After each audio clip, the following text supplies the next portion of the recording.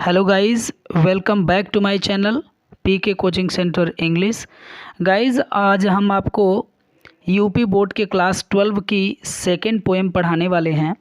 इसका नाम है an elementary school classroom in a slum, जिसके पोएट हैं स्टीफन स्पेंडर।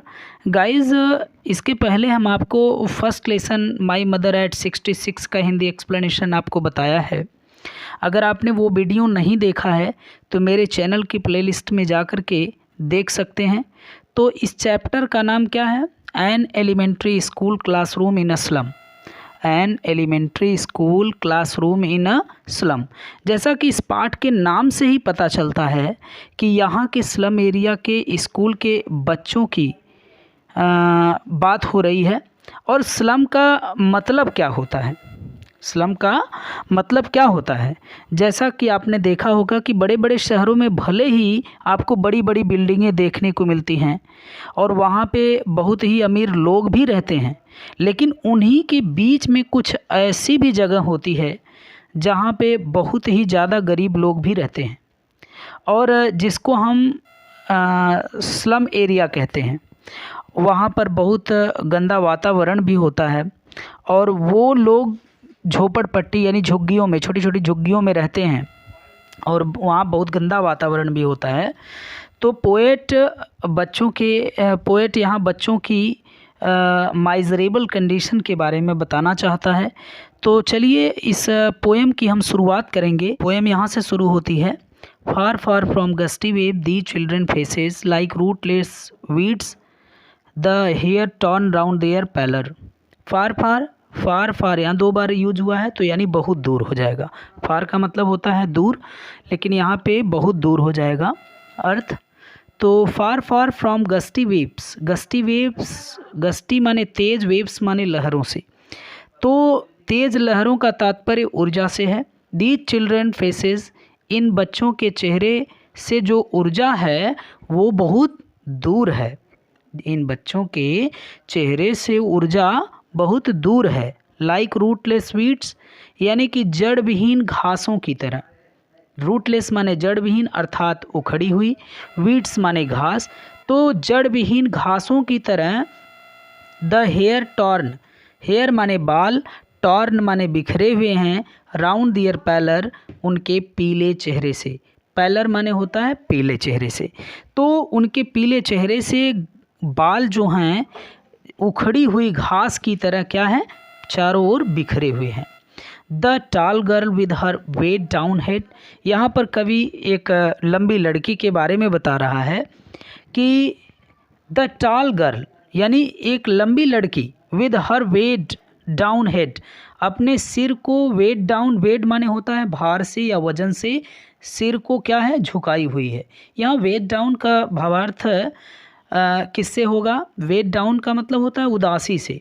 वो उदासी से अपने चेहरे को, अपने सिर को क्या है झुकाई हुई है। तो इसके बाद क्या बता रहा है कवि? The paper seeming boy. The paper, paper माने होता है कागज़ की तरह, सीमिंग माने प्रतीत होने वाला, बॉय माने लड़का। यहाँ कागज़ की तरह प्रतीत होने वाला, कागज़ की तरह लड़का प्रतीत नहीं होता। यहाँ कागज़ की तरह प्रतीत होने वाले लड़के की बात हो रही है। दुर्बल यानी दुबले पतले की, एक दुबला पतला लड़का, विद रैट्स आई, जिसकी आंखें कैसी हैं? चूहे की तरह हैं। जिसकी आंखें कैसी हैं? चूहे की तरह हैं। अर्थात ये दुबला पतला लड़का अर्थात कुपोषित है। ये लड़का कैसा है? कुपोषित है। द स्टंटेड, स्टंटेड माने होता है अविकसित। स्टंटेड माने क्या होता है? अविकसित। अनलकी माने दुर्भाग्यवश, दुर्भाग्यवश अविकसित। हेयर ऑफ ट्विस्टेड बोन्स, वो ट्विस्टेड, ट्विस्टेड माने होता है टेढ़ी मेढ़ी हड्डियों का, हेयर माने उत्तराधिकारी है। हेयर माने क्या होता है? उत्तराधिकारी। तो ये जो लड़का है जो दुर्बल है, दुबला पतला है या कुपोषित है, जिसकी आंखें चूहे की तरह हैं, यह अविकसित, दुर्भाग्यवश अविकसित, और ट्विस्टेड माने टेढ़ी मेढ़ी, बोन्स माने हड्डियों का, एयर माने क्या होता है? उत्तराधिकारी है। रिसाइटिंग अ फादर्स नार्लेट डिसीज़। नार्लेट डिसीज़ माने क्या होता है? गठिया रोग। तो ये लड़का जो है रिसाइटिंग माने दोहरा रहा है। अ फादर्स यानी एक पिता के नार्लेड माने गठिया, डिसीज़ माने रोग या बीमारी। तो अपने पिता की गठिया रोग को वो क्या कर रहा है, दोहरा रहा है। गठिया रोग का तात्पर्य है यानी अपने पिता के गठिया रोग यानी ये उसकी वंशागत बीमारी है। तो ये अपने पिता के वंशागत बीमारी यानी गठिया रोग को क्या कर रहा है, दोहरा रहा है। हिज लेसन उसका पाठ यानी अपना पाठ फ्रॉम हिज डेस्क अपनी डेस्क पर बैठ करके वो क्या कर रहा है, अध्ययन कर रहा है या पढ़ रहा है। At back of the dim class यानी धुंधली कक्षा के पीछे की ओर, धुंधली कक्षा के पीछे की ओर वन अननोटेड एक ऐसा बालक है जो स्वीट एंड यंग, जो बहुत छोटा और बहुत ही प्यारा है, जिस पर कोई अननोटेड माने जिस पर कोई ध्यान नहीं दे रहा है। एक पिछली कक्षा की धुंधली कक्षा के पिछले हिस्से में एक बहुत प्यारा और छोटा सा बालक है जिस पर कोई ध्यान नहीं दे रहा है। हिज आइज उसकी आँखें लिव इन अ ड्रीम एक स्वप्न में डूबी हुई हैं। किसके स्वप्न में, ऑफ ए स्क्वायरल्स गेम माने होता है गिलहरी के खेल के। तो उसकी आंखें गिलहरी के खेल के स्वप्न में डूबी हुई हैं। इन ट्री रूम, जो गिलहरी कहाँ है, ट्री रूम में है। ट्री रूम का मतलब पेड़ के खोखले स्थान में, पेड़ के खोखले स्थान में वो गिलहरी के खेल के स्वप्न में उसकी आंखें क्या हैं, डूबी हुई हैं। अदर देन दिस यानी जो ये क्लास में सब कुछ प्रतिक्रियाएं हो रही थी, एक्टिविटीज़ हो रही थी उनकी अपेक्षा। तो ये पहला पैराग्राफ है, पहला स्टैंजा था और दूसरा स्टैंजा हम इसके आगे पढ़ेंगे। तो दूसरे स्टैंजा में देखते हैं, on sour cream walls donation Shakespeare set cloudless at dawn civilized dome riding all cities. On sour cream walls, sour cream का मतलब खट्टे मक्खन, वॉल्स माने दीवारें, यानी कि दीवारों की तुलना किससे की जा रही है, खट्टे मक्खन से की जा रही है। और खट्टे मक्खन का तात्पर्य भद्दी दीवारों से है। तो भद्दी दीवारों पर, ऑन शोर क्रीम वॉल्स भद्दी दीवारों पर डोनेशन दान की हुई चीज़ें टंगी हुई हैं। जैसे कि कौन कौन सी चीज़ें टंगी हुई हैं, शेक्सपियर हेड, शेक्सपियर के सिर की तस्वीर। शेक्सपियर के सिर का तात्पर्य उसके सीने से लेकर के सिर तक की तस्वीर। तो शेक्सपियर के सिर की तस्वीर यानी सीने से लेकर के सिर तक की तस्वीर टंगी हुई है। Cloudless at dawn, cloudless at dawn और सूर्योदय की तस्वीर टंगी हुई है। और आसमान जो है क्लाउडलेस है, क्लाउडलेस माने बादल विहीन है। तो बादल विहीन मतलब बादल का एक भी टुकड़ा आसमान में नहीं है, ऐसे सूर्योदय की तस्वीर टंगी हुई है। Civilised dome riding all cities और शहरों में बड़े बड़े गुंबद, यहाँ डॉम का मतलब क्या होगा, गुंबद। तो गुंबद का तात्पर्य किससे है, बड़ी बड़ी बिल्डिंगों से है। तो शहरों की बड़ी बड़ी बिल्डिंगों की तस्वीर टंगी हुई है। बेल्ड घंटी नुमा फ्लावरी माने फूल के घंटी नुमा फूलों के टायरोलीज वैली की तस्वीर टंगी हुई है। टायरोलीज वैली ये घाटी का नाम है। तो घंटी नुमा फूलों के टायरोलीज घाटी की तस्वीर टंगी हुई है। और ओपन हैंडेड मैप और एक खुला नक्शा टंगा हुआ है, यानी ये खुले नक्शे की तस्वीर टंगी हुई है, जो awarding the world it's world, जो उसके संसार से उनके बाहरी संसार से उनका क्या करा रही है, वार्डिंग करा रही है। वार्डिंग का मतलब परिचय करा रही है। परिचय कराने का तात्पर्य किससे है, परिचय, ये वार्डिंग माने यहाँ पे अवार्ड माने पुरस्कृत करना नहीं बल्कि परिचय कराना है।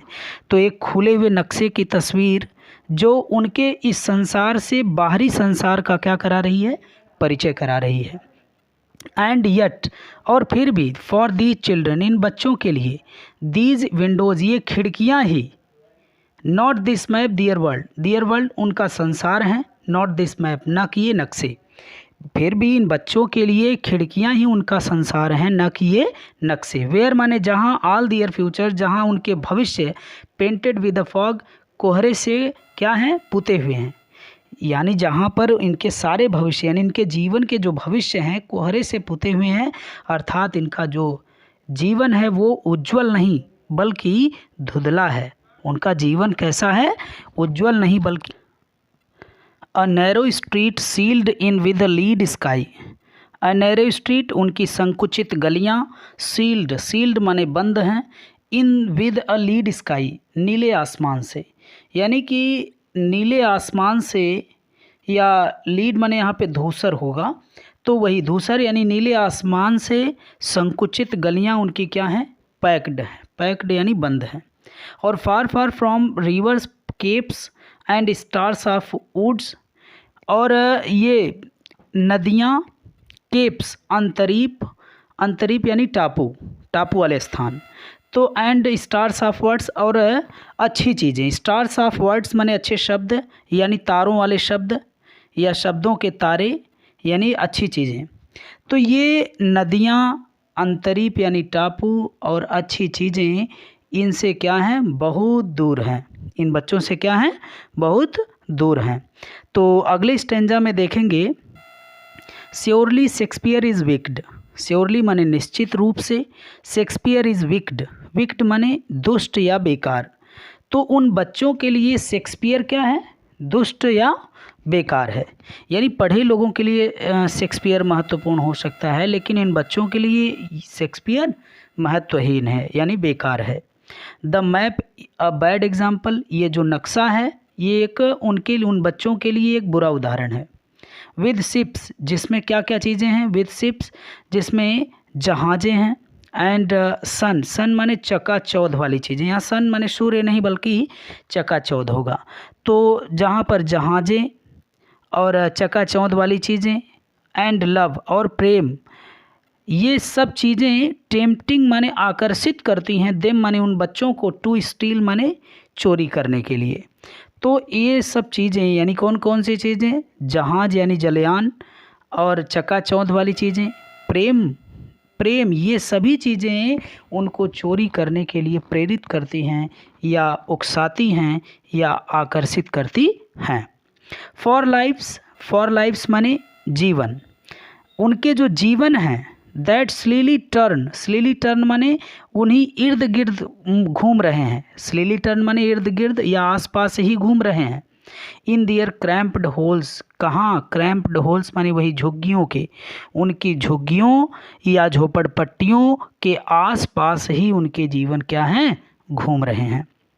From fog to endless night, यानी कि फॉग, फॉग माने क्या होता है, फॉग माने वही कोहरे से लेकर के एंडलेस नाइट माने होता है अंतहीन रात तक, अर्थात उनका जो जीवन होता है धुंधले से, यानी कि धुंधले जीवन से लेकर के उनका जीवन अंधकारमयी होता है। On their slag heap, slag heap का मतलब यहाँ पे जो वेस्ट मटेरियल होता है, वेस्ट मटेरियल माने क्या होता है, बेकार की जो धातु होती है, जिसको हम धातु मल भी कह सकते हैं। तो on their slag heap, heap माने ढेर, तो धातुमल के ढेर पर, धातुमल के ढेर पर, दीज चिल्ड्रन ये बच्चे, वियर माने ओढ़े हुए हैं या पहने हुए हैं, स्किन्स माने चमड़ी, जो जिसमें से पीप्ड माने झांक रही हैं, थ्रू बाई बोन्स उनकी हड्डियाँ, उनकी हड्डियाँ जिनसे होकर के क्या कर रही हैं, झांक रही हैं। ये बच्चे धातुमल के ढेर पर चमड़ी ओढ़े हुए हैं, जिनकी हड्डियाँ उन चमड़ियों से क्या कर रही हैं, झांक रही हैं। And spectacles of steel with mended glass like bottle bits on stones, spectacles माने चश्मे, चश्मों के जो स्टील, जो उनके ढांचे हैं, चश्मे के जो उनके ढांचे हैं, विद मेंडेड ग्लास, जिसमें मेंडेड माने टूटे हुए कांच क्या किए गए हैं, सेट किए गए हैं, like bottle bits on stones, जो पत्थर पर पड़े हुए, जैसे पत्थर पर एक बॉटल को बिट्स कर दिया जाता है, यानी गिरा करके तोड़ दिया जाता है, टुकड़े में बदल जाते हैं, तो वैसे ही यानी पत्थर पर गिरे हुए बॉटल के टुकड़ों की तरह ही उनके चश्मे हैं। ऑल ऑफ दियर टाइम, उनका सारा समय, एंड स्पेस और उनका स्थान, और फॉगी स्लम, वो कहाँ होता है, उन्हीं फॉगी स्लम के बीच ही होता है या इर्द गिर्द ही होता है। फॉगी स्लम का मतलब वही धुंधली झोपड़पट्टियों, तो उनका सारा समय और पूरा स्थान उनका उन्हीं झोपड़पट्टियों के आसपास होता है। सो ब्लॉट, इसीलिए कवि अपनी विचारधाराओं को प्रकट करते हुए कह रहा है, सो ब्लॉट दियर मैप्स, इसीलिए उनकी नक्शे को क्या कर दो, ब्लॉट कर दो। ब्लॉट माने हटा दो, मिटा दो उनके नक्शों को, विद स्लम, जो किससे हैं, स्लम से हैं। स्लम माने क्या होता है, झोपड़पट्टियों से, यानी झोपड़पट्टियों से, एज बिग एज डूम, यानी जैसे प्रलय, जितनी बड़ी प्रलय आती है तो सब कुछ क्या कर देती है, नष्ट कर देती है, हटा देती है। ठीक उसी प्रकार से क्या करो, इन झोपड़पट्टियों वाले नक्शे को क्या कर दो, हटा दो। कवि का ये इसमें पॉजिटिव थिंकिंग है। पॉजिटिव थिंकिंग का मतलब ये उनको झोपड़पट्टियाँ हटा करके कुछ नए मकानों को जोड़ो, यानी नए मकान उनके लिए बनाओ, ये तात्पर्य है कवि का। तो इसमें कवि क्या बता रहा है कि इन पुरानी झोपड़पट्टियों वाले नक्शे को क्या कर दो, मिटा दो। जैसे कि प्रलय आती है और प्रलय आकर के क्या कर देती है, सब कुछ मिटा देती है। ठीक उसी प्रकार से इन झोपड़पट्टी वाले गंदी बस्तियों को क्या कर डालो, इन नक्शे की तरह मिटा डालो। अगले स्टैंजा में हम देखेंगे, unless governor inspector visitor. Unless माने जब तक कि गवर्नर प्रशासन के लोगों की, इंस्पेक्टर की, विजिटर पर्यटकों की नज़र इस गंदी झोपड़पट्टियों या गंदी बस्तियों पर नहीं पड़ती, दिस मैप, ये नक्शे, बिकम्स, बनकर रह जाएंगे दियर विंडो, उनकी खिड़की। तो जब तक कि ये प्रशासन के लोग, इंस्पेक्टर या पर्यटकों की नज़र इन गंदी झोपड़पट्टियों पर नहीं पड़ती, ये नक्शे उनकी खिड़कियां बनकर रह जाएंगे। एंड दीज विंडोज़, और इनकी ये खिड़कियां, और ऐसी ये खिड़कियां, दैट सट, जिसमें बंद होकर के रह जाएंगी, या जो बंद कर देंगी, अपॉन दियर लाइफ्स, उनके जीवन को, लाइक कैटाकॉम्स माने होता है कब्रगाहों की तरह। कब्रगाह किसे कहते हैं, वो कब्र जिसमें क्या होते हैं, शव को दफनाया जाता है, उसे कब्रगाह कहते हैं। तो ये खिड़कियां उनके जीवन को कब्रगाहों की तरह बंद करके रख देंगी। जब तक ये प्रशासन, इंस्पेक्टर या आगंतुकों या पर्यटकों की नज़र इन पर नहीं पड़ती, ये नक्शे उनके खिड़कियां बनकर रह जाएंगे, और ये खिड़कियां उनके कब्रगाहों की तरह उनके जीवन को बंद कर देंगी। और break O break, open till break the town. Break O break, इसमें कवि क्या कहना चाहता है, कवि कहना चाहता है कि ब्रेक ओ ब्रेक, तोड़ डालो, और तोड़ करके तब तक तोड़ो, ओपन, और तोड़ करके इसे खुला छोड़ दो, till they break the town, और तोड़ कर इन्हें खुला छोड़ दो, और एंड शो द चिल्ड्रन, और इन बच्चों को, टू ग्रीन फील्ड्स, हरे भरे मैदानों को दिखाओ। सो माने दिखाओ, इन बच्चों को, टू ग्रीन फील्ड्स, हरे भरे मैदानों को, एंड मेक दियर वर्ल्ड, और उनके संसार को बना डालो, रन एज्योर, और उनके संसार को ऐसा बना डालो जिसमें ये बच्चे, रन माने दौड़ें, एज्योर खुले आसमान में, ऑन गोल्ड सैंड्स, यानी इन सुनहरी मिट्टी पर। गोल्ड सैंड्स माने सुनहरी रेत या सुनहरी मिट्टी। तो इनके संसार को ऐसा बना डालो जिससे कि ये बच्चे खुले आसमान में इन सुनहरी मिट्टी पर क्या कर सके, दौड़ सके। एंड लेट दियर टंग्स, और अपनी टंग्स को, अपने जिह्वा माने जीभ को रन, दौड़ा सकें, naked into books the white, यानी पुस्तकों के सफ़ेद पन्नों पर, अर्थात वो स्वतंत्रता से क्या कर सकें, पढ़ाई कर सके, अध्ययन कर सके, पढ़ सकें। एंड ग्रीन लीव्स, और इन ग्रीन लीव्स, इन हरे भरे मैदानों को, हरे भरे लीव्स माने पत्तियों को ओपन कर दो, ओपन माने खुला छोड़ दो, और history theirs whose language is the sun, और उनकी भाषा भी सूर्य की तरह क्या हो, सूर्य की तरह चकाचौंध हो, या सूर्य की तरह उनकी भी भाषा क्या हो, सूर्य की तरह हो, ताकि वो भी अपना क्या कर सकें, अपना हिस्ट्री लिख सके, अपनी हिस्ट्री रख सकें, अपनी इतिहास रख सकें। तो इसमें कवि क्या बता रहा था, स्लम के बच्चों की माइजरेबल कंडीशन के बारे में बता रहा था इस कविता में कवि। तो यहाँ तक ये कविता हमारी दूसरे चैप्टर की भी कंप्लीट हुई। तो इसके आगे हम लोग अगले चैप्टर में मिलेंगे। तब तक के लिए थैंक यू सो मच।